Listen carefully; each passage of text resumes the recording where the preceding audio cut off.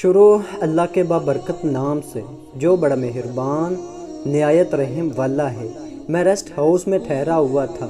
مجھے ایک مرتبہ کسی سرکاری دورے پر ایک شہر سے دوسرے شہر جانا تھا۔ مجھے ریل گاڑی کے ذریعے جانا تھا۔ چنانچہ میں اسٹیشن پر پہنچا اور ٹکٹ خریدا۔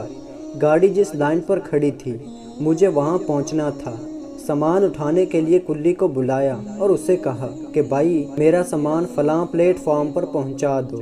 اس نے کہا جی بہت اچھا اور سامان اٹھا لیا۔ چونکہ وقت بہت کم تھا اس لیے میں تیزی سے پلیٹ فارم کی طرف چلا۔ پیچھے سے کلی بھی سامان اٹھا کر بھاگا۔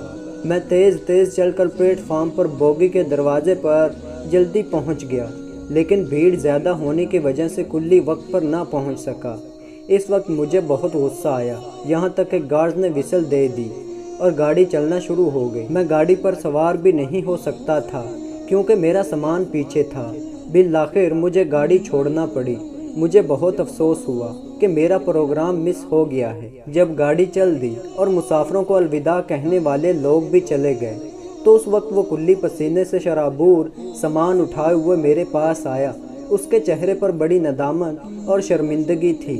وہ کہنے لگا صاحب مجھے معاف کر دیں، میں نے یہاں پہنچنے کی بڑی کوشش کی لیکن راستے میں اتنی بھیڑ تھی کہ راستہ بھی نہیں مل رہا تھا۔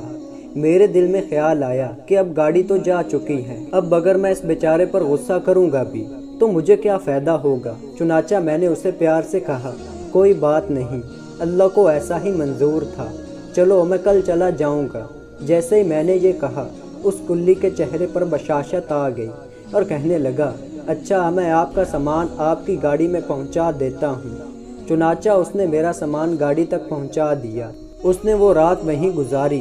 اگلے دن میں وقت سے کچھ زیادہ پہلے اسٹیشن پر پہنچ گیا۔ جب میں وہاں پہنچا تو دیکھا کہ وہیں کلی پہلے سے میرا انتظار کر رہا تھا۔ جیسے ہی اس نے مجھے دیکھا تو وہ مجھے ایسے گرم جوشی سے ملا جیسے کوئی بڑا ہی عزیز ہوتا ہے۔ اس کے بعد اس کلی نے میرا سامان سر پر اٹھا لیا اور کہنے لگا صاحب آج تو ابھی رش نہیں ہوا، لہٰذا آج تو آپ کو پہنچا ہی دوں گا۔ جب کلی نے میرا سامان پلیٹ فارم پر پہنچا دیا اور میں نے اسے پیسے دینے چاہے تو وہ کہنے لگا نہیں صاحب میں پیسے نہیں لوں گا کیونکہ میری ہی غلطی کی وجہ سے آپ کی ٹرین مس ہوئی تھی۔ میں نے پیسے دینے کی بڑی کوشش کی لیکن کلی نے میری منت سماجت کرنی شروع کر دی کہ آپ مجھے پیسے نہیں دیں گے تو میں زیادہ خوش ہوں گا۔ بالآخر اس نے پیسے نہ لیے۔ کلی نے مجھے گاڑی پر بٹھایا اور بوگی کے باہر آ کر میرے ساتھ والی کھڑکی کھول کر کھڑا ہو گیا اور گاڑی کے چلنے تک وہ مجھے بڑی احسان مندانہ نظروں سے دیکھتا رہا۔ اور جب گاڑی چلنے لگی تو اس کلی نے مجھے ایسی محبت سے الوداع کیا کہ مجھے پوری زندگی میں کبھی کسی رشتہ دار نے اتنی گرم جوشی کے ساتھ الوداع نہیں کیا تھا۔ لیٹ ہونے کا جو غم تھا وہ تو رات کو ہی ختم ہو گیا تھا، لیکن اس کی محبت بھری الوداعی نظر آج 20 سال گزرنے کے بعد بھی میرے دل میں ٹھنڈک پیدا کر دیتی ہے۔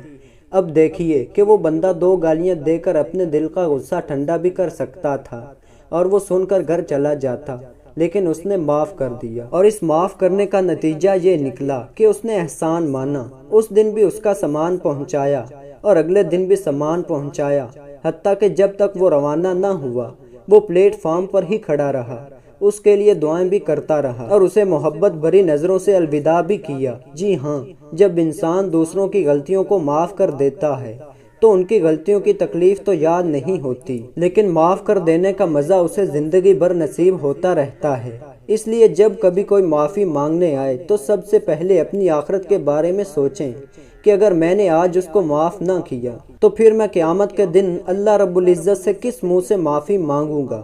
تو دوستو اللہ تعالیٰ مجھے اور آپ کو عمل کرنے کی توفیق عطا فرمائے، آمین۔